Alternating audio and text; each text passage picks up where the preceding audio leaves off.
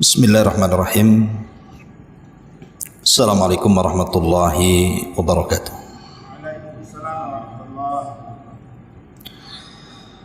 Alhamdulillah wassalatu wassalamu ala Rasulillah wa ala alihi wa sahbihi wa mawalah wa la hawla wa la quwwata illa billahi wa ba'du. Alhamdulillah, segala puja dan puji hanya milik Allah subhanahu wa ta'ala. Salawat dan juga salam kita hadiahkan kepada Rasul kita Nabi besar Muhammad sallallahu alaihi wa ala alihi wasallam. Hadirin dan hadirat yang dimuliakan Allah subhanahu wa ta'ala, pembahasan di malam hari ini kita akan membahas tentang min suwari hubbin Nabi sallallahu alaihi wa ala alihi wasallam, tentang gambaran-gambaran bagaimana cara mencintai Nabi sallallahu alaihi wa ala alihi wasallam. Ma'asyiral muslimin wal muslimat rahimani wa rahimakumullah. Mencintai Nabi sallallahu alaihi wasallam adalah sebuah kewajiban yang Allah subhanahu wa ta'ala wajibkan kepada setiap muslim dan juga muslimah. Dan itu tertuang dalam surah At-Taubah ayat 10. Allah subhanahu wa ta'ala berfirman, Qul in kana aba'ukum wa abna'ukum wa ikhwanukum wa azwajukum wa ashiratukum wa amwalun iqtaraftumuha wa tijaratun tahshawna kasadaha wa masakinu tardawnaha ahabba ilaikum minallahi wa rasulih wa jihadin fi sabilihi fatarabbasu hatta ya'tiyallahu bi amri wallahu la yahdil qaumal fasikin. Katakan ya Muhammad, jikalau bapak-bapak kalian, anak-anak kalian, saudara-saudara kalian, pasangan-pasangan kalian dan keluarga kalian, serta harta yang kalian cari, perniagaan yang kalian sukai, dan tempat tinggal yang kalian redai, itu semua lebih kalian cintai dibandingkan Allah, Rasul dan jihad, maka tunggulah sampai datang urusan Allah kepada kalian, dan Allah tidak akan memberikan hidayah kepada orang-orang yang fasik. Ayat ini dijadikan dalil oleh para ulama tentang wajibnya kita mencintai Rasul. Dan kewajiban mencintai Rasul adalah perintah dari Allah subhanahu wa ta'ala. Bahkan Umar ibn al-Khattab radhiyallahu an, satu hari dia pernah berjumpa dengan Rasul dan mengatakan, wallahi ya Rasulullah, la anta ahabbu ilayya min kulli syai'in illa min nafsi. Wahai Rasul, engkau lebih aku cintai dari segala sesuatu kecuali diriku. Maka Rasul mengatakan, la yu'minu ahadukum hatta akuna ahabba ilaihi min nafsihi. Wahai Umar, tidaklah sempurna iman seseorang di antara kalian sampai aku lebih dicintai dibandingkan dirinya sendiri. Maka Umar radhiyallahu anhu mengatakan, al-an anta wallah ahabbu ilayya min nafsi. Sekarang wahai Rasul, tidak ada yang lebih aku cintai dibandingkan dirimu daripada diriku sendiri. Maka Rasul mengatakan, al-an ya Umar, sekarang sudah sempurna iman. Dari sini kita tahu bahawa mencintai Nabi sallallahu alaihi wasallam adalah sebuah kewajiban yang diwajibkan oleh Allah dan Rasulnya sendiri. Maka siapapun yang mencintai selain daripada Allah dan Rasulnya, maka terancam keimanannya. Di sini kita akan melihat bagaimana gambaran-gambaran orang-orang yang mencintai Nabi sallallahu alaihi wasallam dari kalangan salafun saleh. Bagaimana dahulu mereka sangat mencintai Rasul. Pertama, ad-difa'u anhu. Bagaimana dahulu ulama salaf itu saking cintanya dengan Nabi sallallahu alaihi wasallam, mereka sangat memperjuangkan Rasul. Bahkan mereka berani menyerahkan harta dan jiwa mereka untuk Rasulullah sallallahu alaihi wasallam. Lihatlah Abu Bakar Siddiq radhiyallahu anhu sebagai contoh. Ketika beliau sedang duduk di pinggiran Masjidil Haram, tiba-tiba dia melihat musuh Nabi sallallahu alaihi wasallam Uqbah bin Abi Mu'ayth. Dan Uqbah ini salah satu dari pembesar Quraisy. Dia teman daripada Umayyah ibn Khalaf, dan dua-duanya sangat memusuhi Nabi. Entah kenapa kemudian Uqbah ibn Abi Mu'ayth ini hendak menyakiti Nabi sallallahu alaihi wasallam. Maka Abu Bakar pun kemudian terus memperhatikan apa yang akan dilakukan oleh Uqbah kepada Nabi sallallahu alaihi wasallam. Tiba-tiba Uqbah ini hendak mencekik Nabi dari belakang. Maka dengan sigap Abu Bakar Siddiq radhiyallahu an mendorong Uqbah sampai jatuh. Kemudian Abu Bakar mengatakan, ataqtulu rajulan an yaqula rabbi Allah. Kenapa kamu hendak membunuh orang yang mengucapkan Rabb kami Allah? Apa salah dia? Kemudian Nabi sallallahu alaihi wasallam ketika Abu Bakar mengucapkan kalimat itu, dia pun membaca surah Ghafir ayat 28 dan mengatakan, ataqtuluna rajulan an yaqula rabbi Allah wa qad ja'akum bil bayyinati min rabbikum. Apakah kalian akan membunuh seseorang yang mengatakan Rabb kami Allah, sedangkan telah datang kepada kalian bukti-bukti yang nyata di Rabb kalian? Akhirnya kemudian Abu Bakar pun dikeroyok orang banyak sampai dia pingsan. Hampir-hampir dia meninggal kalau bukan karena Bani Taim, kabilahnya kemudian membelanya. Boleh jadi Abu Bakar meninggal di situ. Tapi kemudian dilindungi kabilahnya, kemudian diselamatkan. Inilah yang menjadikan decak kagumnya Ali radhiyallahu anhu ketika memuji Abu Bakar Siddiq radhiyallahu anhu. Bahwa tidak ada orang yang berani seberani Abu Bakar Siddiq yang membela Rasulullah SAW di tengah-tengah Islam sangat lemah kala itu. Tidak lain dan bukan karena kecintaan para sahabat kepada Rasul, sehingga mereka berusaha membela Nabi mati-matian. Ini yang pertama. Yang kedua, khaufuhum min firaqihi.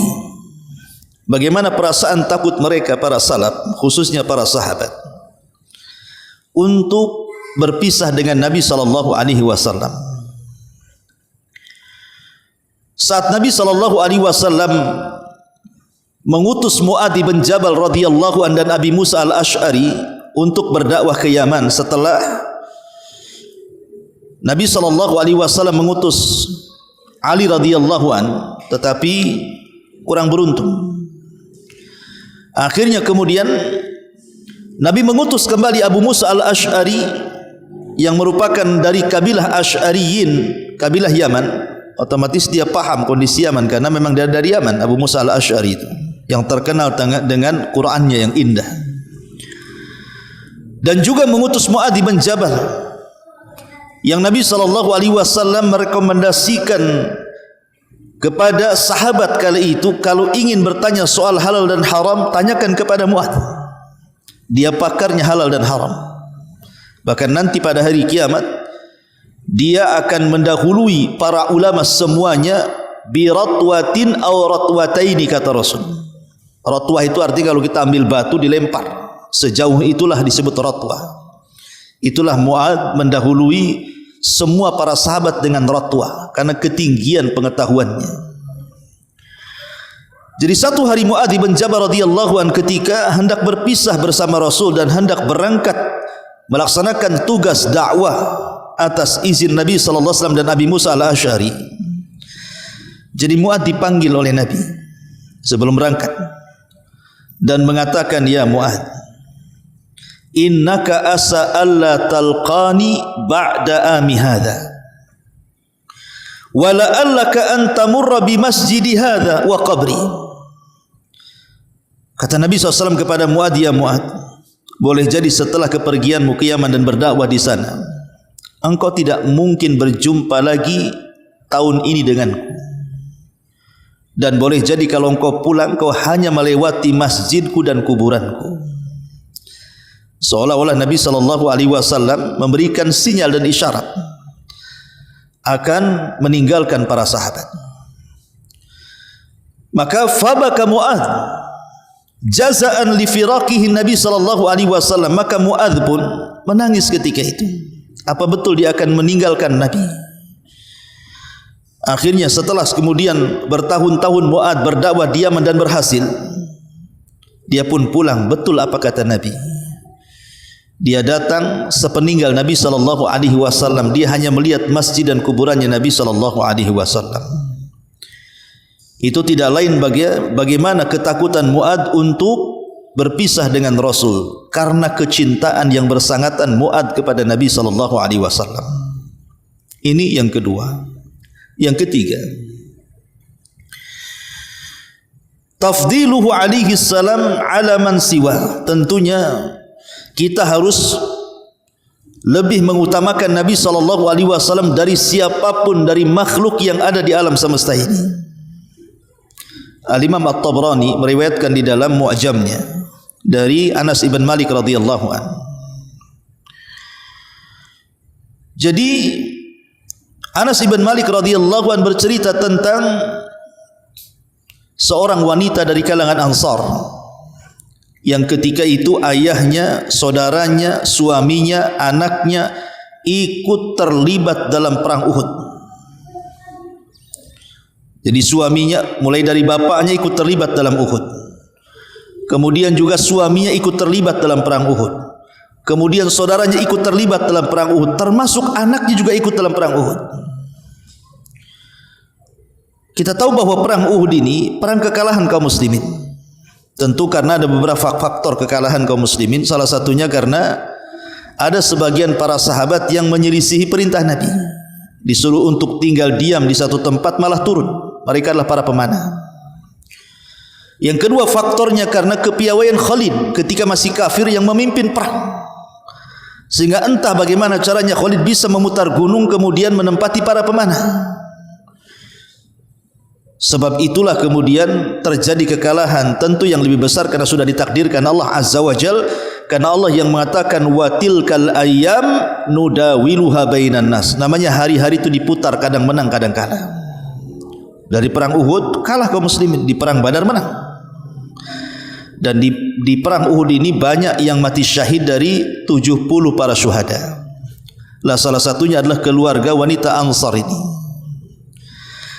Jadi ketika kemudian pasukan dari Uhud pulang ke Madinah, tentu keluarga-keluarga yang ditinggal suaminya berjihad, mereka sudah menyambut di gerbang kota Madinah. Ada seorang wanita dari Ansar kemudian berjumpa dengan para sahabat yang selamat. Kemudian dikatakan, Abu Kamat, bapakmu meninggal. Maka dia langsung mengatakan, ma fa'ala Rasulullah sallallahu alaihi wasallam. Lalu bagaimana? Apa yang dilakukan Nabi? Dia selamat atau tidak? Kemudian yang lain mengatakan, akhu Kamat, akhu Kimat, saudaramu meninggal dunia. Tapi tetap dia mengatakan bagaimana kondisi Nabi. Yang lain mengatakan zaujuki mat, suamimu meninggal. Tapi dia tetap mengatakan bagaimana kondisi Nabi. Sampai yang terakhir mengatakan ibnu Kimat, anakmu juga meninggal. Jadi mulai dari bapaknya, ketika ditanya Abu Kimat, dia mengatakan bagaimana kondisi Rasul. Kemudian juga Saudaramu meninggal, bagaimana kondisi Rasul? Suamimu meninggal, bagaimana kondisi Rasul? Anakmu meninggal, bagaimana kondisi Rasul? Subhanallah. Dia tidak pedulikan keluarganya, dia hanya memperdulikan Nabi sallallahu alaihi wasallam. Ini kan luar biasa, ikhwatu fiddin, dimuliakan Allah azza wajalla. Tapi dia ketika mendapatkan kabar bahwa Nabi sallallahu alaihi wasallam tidak mengapa, dia tidak percaya. Dia ingin melihat langsung dengan kedua matanya. Ketika betul-betul melihat Nabi SAW memang selamat, ya ada luka-luka tapi selamat, maka dia mengatakan, ya Rasulullah, kullu musibatin ba'daka zalalun. Wahai Rasul, setiap musibah yang kualami setelah melihat dirimu semua menjadi ringan bagiku. Ini menunjukkan apa? Bagaimana wanita sahabiah ini lebih mementingkan Rasul dibandingkan yang lainnya. Ini bentuk bagaimana kecintaan mereka para sahabat kepada Rasul. Yang keempat, tanafus fi mahabbatihi, berlomba-lomba di dalam mencintai Nabi. Diriwayatkan oleh Usamah ibn Zaid dari bapaknya. Usamah ibn Zaid dari bapaknya. Siapa bapaknya? Zaid ibn Haritha. Zaid ibn Haritha anak angkat Nabi, dan Usamah tentu cucu angkat Nabi. Ketika itu dia berkumpul dengan Ja'far ibn Abi Talib, paman Rasul, dan berkumpul dengan Ali radhiyallahu anhu, sepupu Nabi. Sekaligus juga dia adalah yang menikahi putri Nabi Fatimah. Jadi tiga orang ini berkumpul, Usamah ibn Zaid, Ja'far ibn Abi Talib, dan Ali radhiyallahu anhu. Ketika berkumpul, berkatalah Ali radhiyallahu anhu dan mengatakan, ana ahabbakum ila Rasulillah sallallahu alaihi wasallam. Saya orang yang paling mencintai Rasul dibandingkan kalian. Maka Zaid berdiri dan mengatakan, oh tidak, saya lebih mencintai Rasul dibandingkan kalian. Ja'far berdiri, tidak, aku yang paling mencintai Rasul. Subhanallah. Ini namanya tanafus, berlomba-lomba mencintai Nabi. Kata Usamah, aku yang paling mencintai Nabi. Kata Ja'far, aku yang paling mencintai Nabi. Kata Ali, aku yang mencintai Nabi. Akhirnya tiga-tiganya mengatakan, kalau begitu ayo kita datang kepada Rasul, langsung tanya kepada Rasul, siapa di antara kita bertiga yang paling dicintai Nabi. Berangkatlah tiga orang ini, Usamah ibn Zaid, Ja'far ibn Abi Talib, dan Ali bin Abi Talib radhiyallahu anhu, menuju rumah Rasul. Kemudian minta izin dan diizinkan. Setelah berhadap-hadapan dengan Nabi SAW, maka tiga-tiganya bertanya kepada Rasul, Rasul, di antara kami bertiga siapa yang lebih Anda cintai? Sampai seperti itu para sahabat, ya. Maka Nabi SAW mengatakan, adapun engkau wahai Ja'far, maka bentukmu sama dengan bentukku dan akhlakmu sama dengan akhlakku. Adapun engkau wahai Ali, engkau adalah laki-laki yang menikahi putriku, dan engkau bagian daripada diriku dan aku bagian daripada dirimu. Adapun engkau wahai Zaid, maka engkau adalah maula saya dan milik saya, dan orang yang paling dicintai dari sebuah kaum adalah engkau bagiku. Lihat bagaimana Rasul tidak menjatuhkan salah satu dengan yang lainnya, tetapi memuji tiga-tiganya. Tetap memuliakan tapi memuji yang lainnya. Tapi di sini bagaimana sikap para sahabat yang tiga orang ini? Mereka mengatakan, akulah yang paling dicintai Nabi. Yang lain mengatakan, aku yang paling dicintai Nabi. Itu namanya tanafus. Bagaimana mereka berlomba-lomba mendapatkan kecintaan Rasul, karena mereka tahu keutamaan orang-orang yang dicintai Nabi SAW dan mencintai Nabi SAW. Ini yang keempat. Yang keenam, takbiluhum jasadahu tahir. Bagaimana mereka berusaha untuk mencium jasad Nabi SAW yang sangat suci itu. Ada seorang sahabat namanya Sawad ibn Ghaziyah. Ada juga yang mengatakan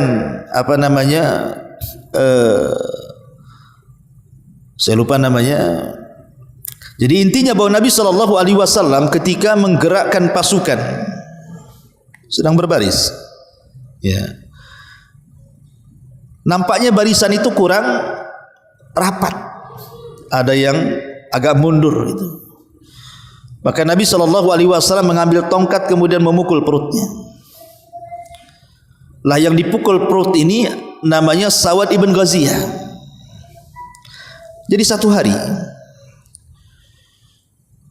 ada yang mengatakan, siapa namanya itu yang didoakan oleh Nabi SAW, Ukasha bin Mihsan. Ahsan ya, Ukasha bin Mihsan. Jadi saat Nabi SAW di akhir-akhir hayatnya, saat berkhutbah di hadapan para sahabat, Nabi SAW sempat mengatakan, "Man kuntu dharabtu dhahran, fahada dhahri falyaqtas minni." Siapa yang dulu aku pukul punggungnya, nih punggungku, silahkan pukul sekarang. Kemudian Nabi SAW mengatakan, "Wa man kuntu syatamtu irdan, fahada irdi falyaqtas minhu." Atau dulu pernah ku caci maki kehormatannya, inilah kehormatanku, silahkan caci sekarang. Kemudian Rasul mengatakan, "Wa man kuntu akhadtu malan fahadha mali falyakhudh minhu." Atau dulu ada orang yang telah ku ambil hartanya, ini hartaku, silahkan ambil. Jadi Nabi SAW sebelum meninggalnya dia berkhutbah dengan khutbah terakhir dan ingin melepaskan semua bebannya supaya menghadap Allah Subhanahu wa taala, tidak membawa beban bagi umatnya. Maka tiba-tiba hening semua sahabat, tidak ada yang berani. Siapa yang berani mengkisos Nabi? Tiba-tiba di antara mereka ada yang berdiri, ada yang mengatakan Ukasha, ada yang mengatakan Sawad ibn Ghaziyah. Ada yang mengatakan riwayat Ukasha ini lemah. Yang sahih adalah riwayat Sawad ibn Ghaziyah. Tiba-tiba dia mengatakan, "Saya wahai Rasul." Semua para sahabat menatap sahabat ini, Ghaziyah ini, Sawad ibn Ghaziyah ini. Berani-beraninya kurang ajar dengan Nabi, mau mengkisos Nabi. Maka kemudian Ali radhiyallahu anhu lari dan langsung berdiri di pinggir Nabi, di samping Nabi, dan mengatakan, "Ya Rasulullah, biar aku sebagai gantimu kalau hendak mengkisos saya." Kemudian Ja'far pun langsung berdiri dan mengatakan, "Ya Rasulullah, kalau harus engkau dikisos, jangan, biarkan aku yang dikisos." Tapi Nabi SAW mengatakan, "Duduk kalian, biarkan Sawad maju." Kemudian Sawad pun maju. Dalam riwayat yang lemah Ukasha bin Mihsan itu, kemudian dia mengatakan, "Wahai Ukasha, bukankah aku telah mendoakan dirimu dari 70.000 orang yang masuk surga tanpa hisab dan adab? Kenapa engkau hendak membalas kisos? Kisos apa?" Maka kemudian Ukasha mengatakan, "Ya Rasulullah, engkau sendiri yang mengatakan siapa yang mau membalas-balas sekarang, dan engkau punya hutang kepada aku," katanya. Akhirnya kemudian Ukasha menceritakan tentang bagaimana Rasul memukul dengan tongkat di perutnya. Maka Ukasha mengatakan, "Aku ingin memukul perutmu sebagaimana engkau telah memukul perutku," katanya. Akhirnya kata Rasul, "Datangkan tongkat kepada Ukasha." Diambil oleh Ukasha bin Mihsan itu. Kemudian Ukasha mengatakan, "Ya Rasulullah, ketika engkau memecut perutku, aku tidak berpakaian." Bayangkan. Dia minta Rasul menyingkap pakaiannya. Makin geramlah para sahabat ini. Kenapa ada sahabat yang seperti ini? Maka diayunkanlah kemudian tongkat itu. Semua para sahabat sudah geram tuh dengan Ukasha itu. Tiba-tiba kemudian keajaiban terjadi. Tiba-tiba Ukasha melempar kemudian tongkatnya, kemudian memeluk Rasul dan mencium perut Nabi SAW. Ketika ditanya, "Apa yang kau lakukan wahai Ukasha?" Dia mengatakan, "Aku ingin menjadi orang yang terakhir yang bersentuhan kulitku dengan kulitmu ya Rasulullah." Itu keinginannya. Rupanya sandiwara saja dia, supaya ingin mencium Nabi SAW.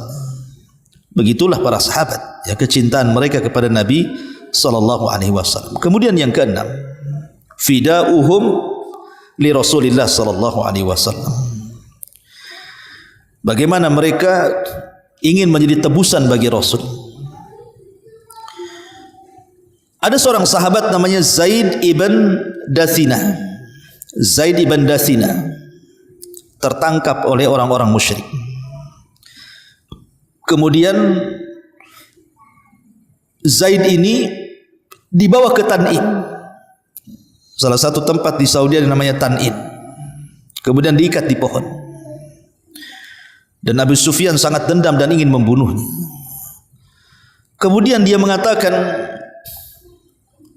Abu Sufyan mengatakan, anshuduka billah ya Zaid, atuhibbu anna Muhammadan al'an indana makanak nadribu unuqahu wa innaka fi ahlik. Kata Rasul kata Abi Sufyan kepada Zaid ini, wahai Zaid, sukakah kamu seandainya aku lepas kamu, kau bersenang-senang di rumahmu, biarkan yang menggantikan posisi yang terikat di pohon ini adalah Muhammad. Bagaimana pendapatmu? Kalau ku gantikan Muhammad yang diikat dan kau pulang ke rumah, kau istirahat aja di rumah. Maka kemudian tiba-tiba di luar dari prediksi Abi Sufyan, disangka dia takut. Maka kemudian tiba-tiba Zaid ini mengatakan di hadapan Abi Sufyan, wahai Abu Sufyan, jangan coba-coba menyakiti Nabi. Satu duri yang menancap di kaki Nabi SAW saya tidak akan ridha. Walaupun hanya satu duri yang menancap di kaki Rasul, saya tidak akan ridha. Kemudian akhirnya dia pun dieksekusi, dipotong satu persatu. Tangannya dipotong, tangan kanannya dipotong, kaki kirinya dipotong, sampai terakhir dipenggal. Yang anehnya dia terus membaca Quran. Dari sini melihat bagaimana kecintaan sahabat kepada Rasul yang luar biasa, sampai Abi Sufyan mengatakan, ma ra'aitu minan nas ahadan yuhibbu ahadan ka hubbi ashabi Muhammadin Muhammadan.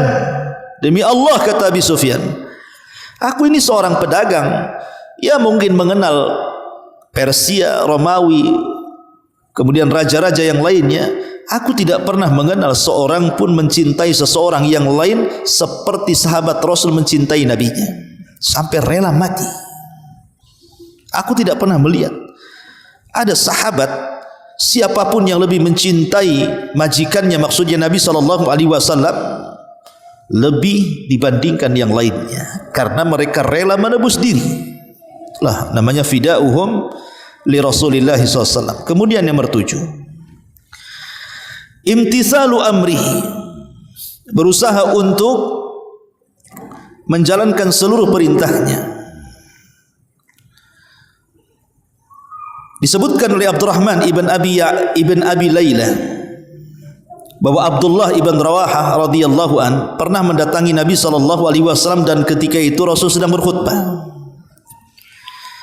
Maka dia mendengar khutbahnya.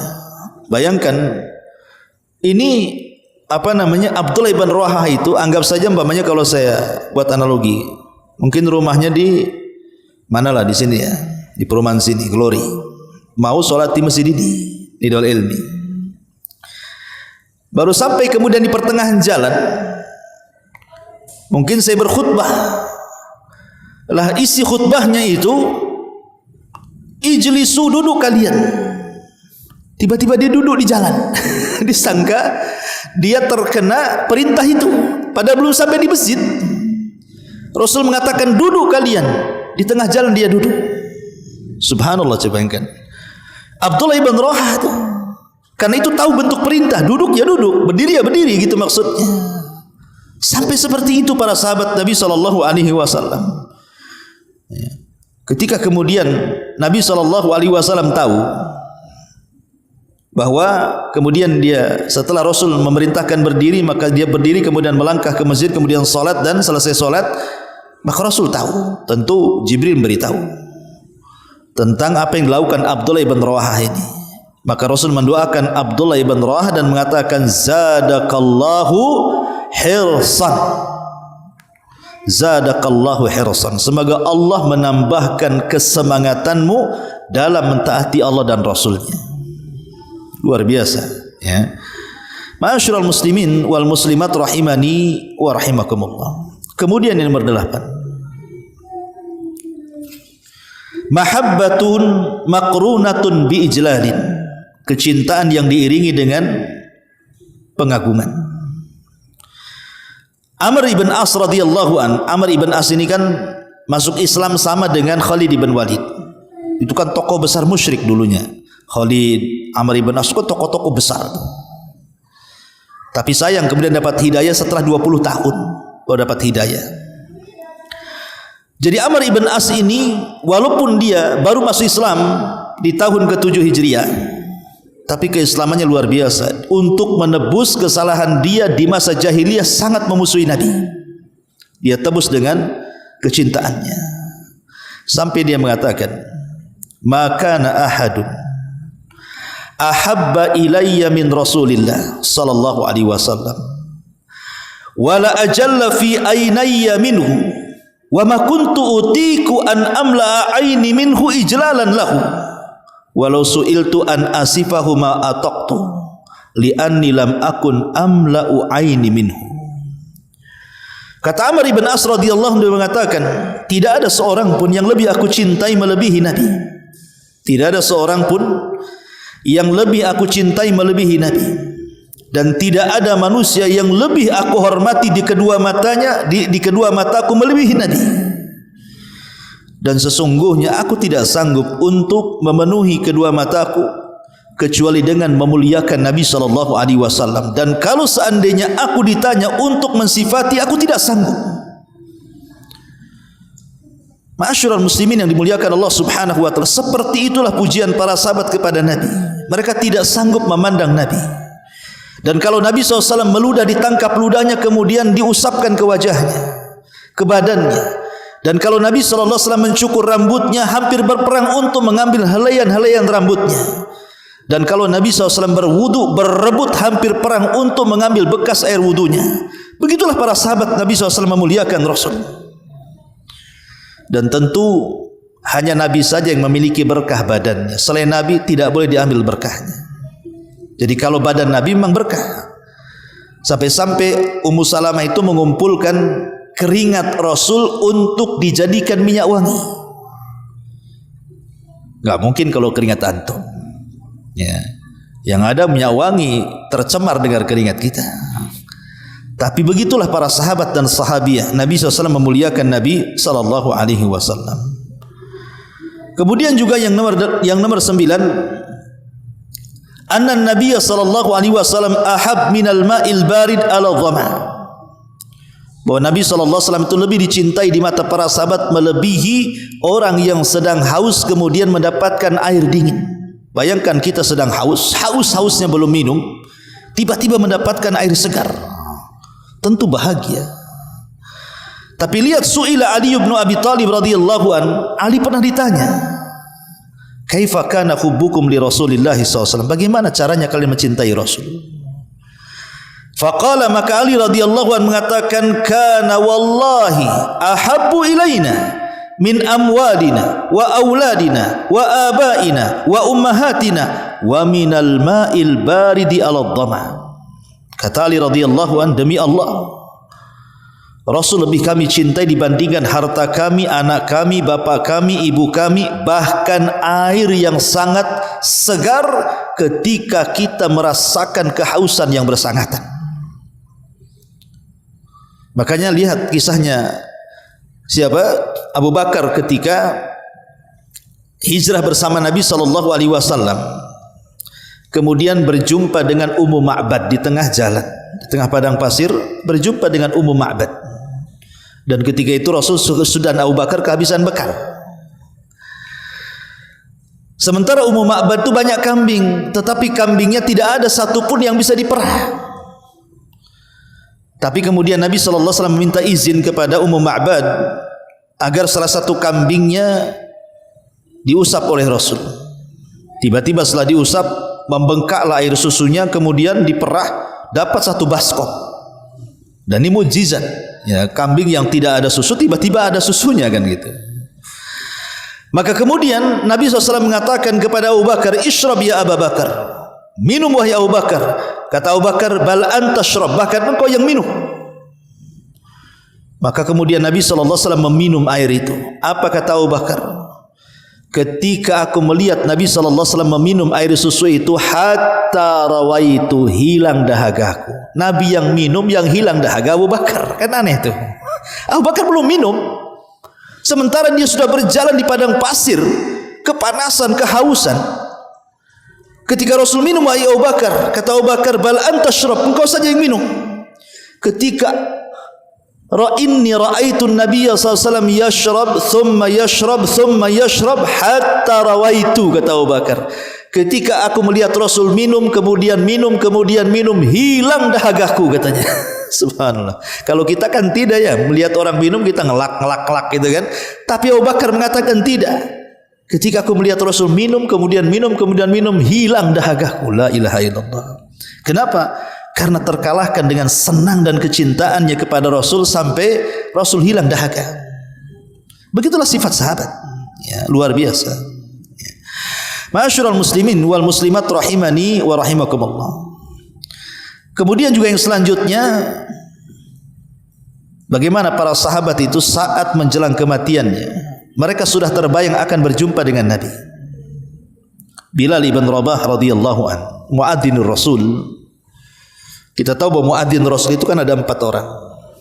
Pertama Bilal bin Rabah, yang kedua Abdullah ibn Ummi Maktum, yang ketiga Abu Mahdhurah yang diajarkan as-salatu khairum minan naum, dan yang ketiga Maula Ammar ibn Yasir, budak yang dimerdekakan Ammar ibn Yasir yang namanya Sa'ad al-Qaradi. Jadi Bilal bin Rabah, kemudian Abdullah ibn Ummi Maktum, Abu Mahdhurah, dan Sa'ad al-Qaradi Maula Ammar ibn Yasir. Itulah muadzin Rasul, ada 4. Tapi yang paling tenar adalah Bilal ibn Rabah, karena dia yang pertama kali diperintahkan untuk azan. Makanya setiap orang azan disebut Bilal, walaupun namanya siapa, Joko atau apa gitu. Mana Bilalnya? Ya, karena dialah muadzin Nabi. Jadi Bilal ibn Rabah ini saat meninggalnya Nabi SAW, dia tidak sanggup meneruskan azan apabila sampai kepada kalimat wa asyhadu anna Muhammadar Rasulullah, terhenti sampai di sini. Dia pun menangis. Sehingga karena tidak tahannya dia mau resign, datang kepada Abu Bakar setelah menjadi khalifah dan mengatakan, ya Abu Bakar, saya ingin resign dari muadzin, saya ingin berjihad ke Syam. Kata Abu Bakar, jangan, engkau muadzin Nabi, saya mohon jangan. Kata Abu Bakar, kata Bilal mengatakan, ya Abu Bakar, apakah dulu saat engkau memerdekakan aku lantaran engkau yang minta atau karena Allah Subhanahu wa taala? Engkau yang menghendaki aku merdeka atau engkau merdekakan aku itu karena Allah? Kalau engkau memerdekakan aku dulu karena Allah, biarkan aku resign dari muadzin, aku akan pergi ke Syam untuk berjihad. Tapi kalau engkau membeliku karena dirimu, maka aku akan siap terus jadi muadzin. Kata Abu Bakar, wallahi ya Bilal, a'taqtuka liwajhillah, demi Allah wahai Bilal, aku merdekakan kamu karena Allah. Akhirnya Bilal resign, kemudian hijrah ke Syam sampai ke khilafan Umar dan berperang dalam perang Qadisiyah.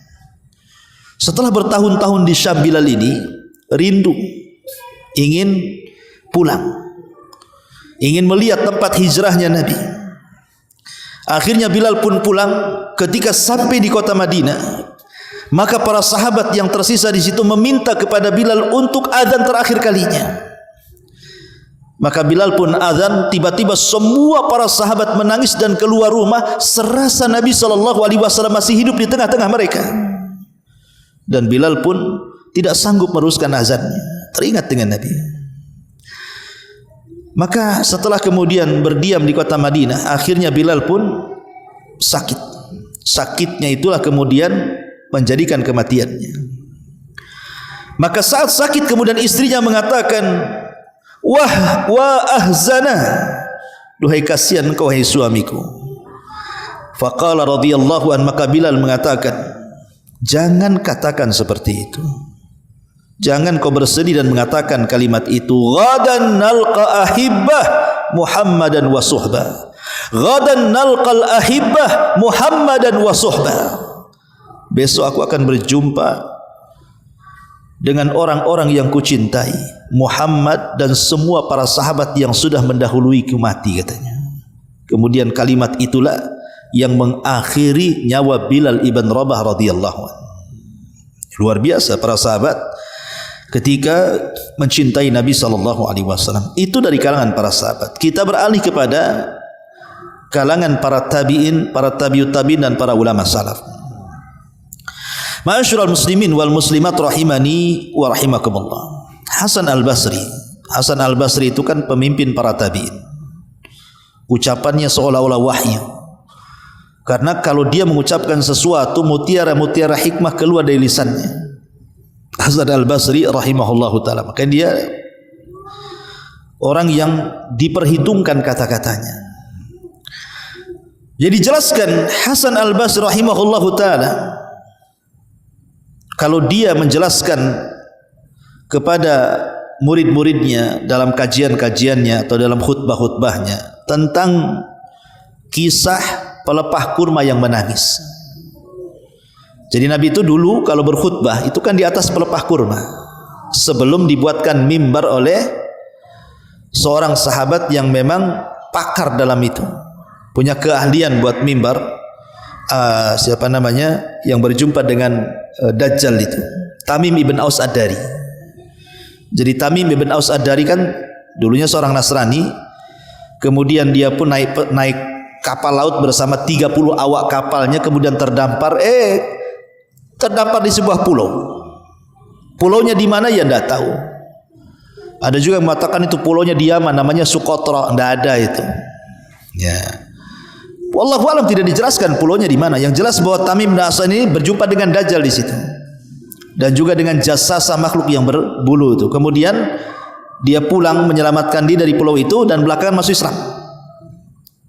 Lah karena dia punya keahlian membuat mimbar dan juga menyalakan lampu, mungkin petromak bahasa kitanya, dialah yang menerangi masjid Nabi. Pertama kali yang menerangi masjid Nabi Tamim bin Aus. Kemudian yang kedua dia membuat mimbar bagi Nabi. Jadi setelah Tamim bin Aus Ad-Dari ini membuatkan mimbar, Rasul tidak lagi duduk ataupun berdiri di atas pelepah kurma itu. Otomatis sudah berpindah ke mimbar kan. Pertama kali Rasul kemudian berpindah, tidak lagi khutbah di atas pelepah kurma dan naik ke atas mimbar, tiba-tiba terdengar suara tangisan sangat kencang. Rasul dan para sahabat juga mendengarnya. Setelah cari-cari siapa yang nangis, rupanya pelepah kurma itu yang nangis. Terdengar isakannya. Maka Rasul langsung turun dari mimbar mengusap pelepah kurma itu. Baru berhenti tangisannya. Kata Rasul, kalau aku tidak mengusapnya maka dia akan menangis sampai kiamat, katanya. Ya. Jadi ketika Hasan al-Basri ini menceritakan hadis ini, hadis tentang menangisnya pelepah kurma ini, maka dia selalu menangis. Kenapa? Karena pelepah kurma ini menangis karena sudah tidak diinjak Nabi lagi. Sekarang sudah berpindah ke mimbar kan, merasa sedih. Jadi Hasan al-Basri kalau meriwayatkan riwayat ini tentang menangisnya pelepah kurma, langsung dia menangis. Bagaimana cintanya pelepah kurma kepada Rasul, makhluk yang tidak berakal. Sementara kami ini yang berakal, harusnya lebih cinta dibandingkan pelepah kurma. Akhirnya kemudian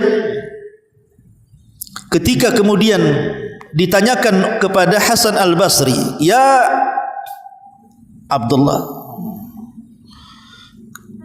lima tabki, kenapa engkau menangis? Wahai imam, kenapa anda menangis? Maka kemudian Hasan al-Basri mengatakan, ya ibadallah, al-khashabatu tahunnu ila Rasulillah syauqan ilaihi limakanihi minallah, fa antum ahaqqu an tashtaqu ilaihi. Kata Hasan al-Basri, wahai hamba-hamba Allah, lihat pelepah kurma ini, dia menangis karena merindukan Nabi SAW, karena kedudukannya di hadapan Allah. Harusnya kalian lebih berhak untuk mencintai dan rindu kepada Rasul dibandingkan pelepah kurma itu. Itulah yang membuat Hasan al-Basri menangis. Macam mana pelepah yang tidak berakal bisa merindukan Rasul sementara kita yang berakal tidak merindukan Rasul? Itulah sebab menangisnya Hasan al-Basri. Kemudian Hammad ibn Zaid rahimahullahu ta'ala mengatakan, kunna inda Ayyub as-Sikhtiyani fasami'a laghatan. Hammad ibn Zaid seorang alim min ulama salaf. Satu hari dia sedang duduk di majelisnya Abu Ayyub As-Sikhtiyani. Ma'ruf Abu Ayyub As-Sikhtiyani, banyak karyanya. Tiba-tiba kemudian Hammad ibn Zaid ini mendengar ada sesegukan. Kalau orang menangis itu kan lama itu kan sesegukan ya bahasanya. Kalau kelamaan nangis itu sampai begitu tuh sesegukan, apa bahasa Indonesia sesegukan? Ini bahasa Sundanya ya. Apa ya? Terisak-isak gitu ya. Ayolah terisak-isak lah, bahasa Sunda pula sesegukan. Terisak-isak. Ya. Jadi dia mengatakan, "Ma hadzal laghat?" Ini suara terisak-isak ini datang dari mana ini? Rupanya suara terisak-isak itu datang dari Abi Ayyub As-Sikhtiyani rahimahullahu taala. Maka dia mengatakan, amma balaghahum anna raf'a as-sauti indal hadithi an Rasulillah sallallahu alaihi wasallam ka raf'i as-sauti alaihi fi hayati. Ya.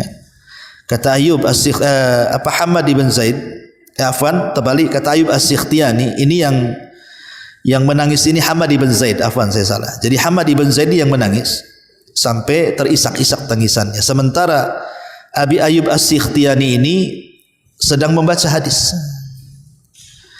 Jadi Abi Ayyub As-Sikhtiyani mengatakan, tidakkah sampai kepada mereka bahwa mengangkat suara ketika dibacakan hadis Nabi SAW seperti mengangkat suara di saat Nabi SAW masih hidup. Kenapa engkau mengeraskan suara itu? Padahal hanya tangisan. Kalau ada orang yang sedang membaca hadis Nabi SAW, jangan ribut walaupun itu tangisan. Karena dia mengatakan bahwa mengangkat suara ketika dia mendengar ada hadis yang dibacakan, itu sama saja dengan mengangkat suara saat Nabi masih hidup. Begitulah mereka mengutamakan dan mencintai Nabi SAW sampai kepada hadis-hadisnya. Dan makanya Imam Malik rahimahullahu ta'ala, Malik ibn Anas rahimahullahu ta'ala, Imam Malik madhub, ma'ruf ya Imam Malik, itu kalau hendak mengajar di Masjid Nabawi, mengajar hadis, maka dia tak lupa berwudu dari rumah. Setelah berwudu, dia pun memakai pakaian yang paling indah, kemudian memakai peci yang paling bagus, kemudian dia sisir janggutnya, dan dia berusaha untuk berpenampilan dengan penampilan yang indah, kemudian solat 2 rakaat baru membaca hadis. Begitulah mereka ketika mengagungkan hadis Nabi SAW. Kemudian juga Sa'id ibn Musayyib ini seorang tabi'in yang menikahi salah satu putri daripada Abi Hurairah. Abu Hurairah punya anak putri, lah dinikahi oleh Sa'id ibn Musayyib, dan dia ulamanya tabi'in. Satu hari dia sakit terbaring, tidak sanggup bangun. Kemudian tiba-tiba datang seseorang dan mengatakan, "Wahai Sa'id, wahai Imam, bisa enggak engkau membacakan satu hadis untuk?" Langsung dia dengan susah payahnya dari berbaring itu duduk sebisa mungkin. Kemudian kata penanya, "Wahai Sa'id, tidak apa-apa, baring saja, baru kau sampaikan hadis." Kata Sa'id, dia mengatakan, "Wallahi inni karihtu an uhadditsa an Rasulillah sallallahu alaihi wasallam wa ana muttaji." Demi Allah, aku tidak suka ketika aku membaca hadis Rasul, aku sedang berbaring. Aku tidak mau. Aku tidak memuliakan kalau begitu. Makanya dia berusaha untuk duduk padahal sudah sakit parah tuh. Bagaimana para salaf dulu memuliakan Nabi dengan memuliakan hadisnya. Bahkan disebutkan oleh dari Imam Syafi'i rahimahullahu taala. Faqala lahu rajulun, ada seseorang bertanya kepada Imam Syafi'i, "Ya Aba Abdillah, wahai Aba Abdillah, wahai Aba Abdillah, ata'khudhu bihi ya Aba Abdillah, ini ada hadis Nabi, maukah kau ambil hadis ini? Ini ada hadis Nabi, maukah kau ambil hadis ini?" Maka Imam Syafi'i mengatakan, "Afil kanisati ana, apakah engkau lihat aku keluar dari gereja? Aw tara ala wasati zunnar, ataupun aku keluar dari tempat peribadatan orang Majusi yang menyembah api? Aku keluar dari masjid. Kau membacakan hadis Nabi, macam mana tidak aku terima? Apakah kau kira aku ini seorang Nasrani? Gitu maksudnya dia. Kata Imam Syafi'i itu, apa kau lihat aku keluar dari gereja katanya, atau dari tempat penyembah berhala api? Kau tahu aku keluar dari masjid, aku ini seorang muslim. Maknanya Imam Syafi'i ingin mengatakan, aku ini seorang muslim tidak mungkin membantah hadis Nabi. Kalau kau berikan hadis Nabi, kau terima. Gitu maksudnya. Ya. Masyaallah, makanya diriwayatkan oleh Rabi' ibn Sulaiman dalam asar yang lainnya. Dia mengatakan, sami'tu Syafi'i, aku mendengar Imam Syafi'i. Kedatangan seseorang kemudian bertanya kepadanya tentang satu masalah. Faqala lahu, maka dikatakan kepadanya, ruwiya anin Nabi sallallahu alaihi wasallam, telah diriwayatkan dari Nabi, fi hadhil mas'alati, dalam masalah ini dan itu. Jadi Imam Syafi'i menjelaskan, kamu tanya ya, ini saya jelaskan, ini hadisnya. Kemudian orang yang bertanya mengatakan, ya Aba Abdillah, taqulu bi, engkau mengatakan dengan pendapat itu. Qala Rabi, maka yang meriwayatkan asar ini mengatakan, fara'aitu Syafi'i ar'ad wantafad, langsung gemetar badannya ketika orang ini mengatakan seperti itu. Dan dia mengatakan, ya hada, ayyu ardin tukilluni wa ayyu sama'in tudilluni idza rawaitu an Rasulillah sallallahu alaihi wasallam haditsan falam akul bihi na'am ala ra'si wal ainaini ala ra'si wal ainaini. Kata Imam Syafi'i. Kata Imam Syafi'i, hei fulan, sambil marah dia, bumi mana yang bisa kupijak, langit mana yang bisa menaungiku, apabila aku telah meriwayatkan hadis dari Nabi SAW, kenapa aku tidak mengatakan dengan hadis itu? Maka kalau sudah dibacakan satu hadis ala ra'si wal ain, artinya saya menerima secara mutlak. Kalau itu hadis Nabi. Ya. Begitulah bagaimana para ulama salaf itu, mereka mengagungkan Rasul dengan gaya yang sendiri kan itu. Dengan gaya yang sendiri, maksudnya dengan memuliakan hadis-hadisnya. Nah ini yang harus jadi bahan renungan bagi kita. Begitulah dulu para ulama salaf itu mengagungkan sunnah Nabi sallallahu alaihi wasallam. Ya, sudah sewajarnya kita mencintai Nabi, karena dia adalah kekasih Allah. Maka siapapun yang Allah cintai, kita harus mencintai kekasihnya. Apalagi dia itu datang membawa rahmat dan petunjuk dari Allah, dan ini kenikmatan besar bagi kita. Kenapa kita tidak mencintainya? Bahkan Rasul sendiri takut kepada kita dan mencintai kita. Bahkan dialah yang akan memberikan syafaat kepada kita, dan dialah yang telah mencontohkan kepada kita akhlak yang paling mulia di dunia ini. Kenapa kita tidak mencintainya? Pasti kita mencintainya. Maka dari sini secara singkat ada 7 perkara bagaimana cara mencintai Rasul. Yang pertama, taati Nabi SAW, baik itu berupa perintah kita laksanakan, berupa larangan kita jauhi, berupa yang dihalalkan kita nikmati, berupa yang diharamkan kita hindari. Taat, sami'na wa ata'na. Yang kedua, al-ghiratu alaihi wa ala dinihi wa fidaihi wal ghadab bil intihaki hurmatihi wa hurmati dinil azim. Harus punya kecemburuan yang kuat. Kalau sampai ada orang-orang yang menghina agamanya, kita siap berkorban dengan harta dan jiwa kita. Kita harus marah kalau ada orang-orang yang berusaha untuk meremehkan ajarannya. Kemudian yang ketiga, ta'dimuhu wa tauqiruhu, berusaha untuk mengagungkan dan memuliakan, dan tidak boleh kita itu merendahkan sunnahnya. Kemudian yang keempat, kasratus salat alaihi, perbanyak salawat, karena itu bentuk mencintai Rasul, menyebut-nyebut nama Nabi dengan salawat. Kemudian yang kelima, terus mengingat Rasul dan rindu ingin berjumpa, tadzakkurun nabi wasyauqu ilaihi, terus ingat-ingat Nabi dan rindu dengan Nabi. Kemudian yang keenam, hubbu man ahabbahumun nabiyyu sallallahu alaihi wasallam, cintai siapapun yang dicintai Nabi, cintai apapun yang dicintai Nabi. Dan yang terakhir, takhalluq bi akhlaqihi, berusaha untuk berakhlak seperti akhlak Nabi. Dengan cara apa? Pelajari sirahnya, pelajari wejangan-wejangannya, akhlak-akhlaknya, dan begitu seterusnya.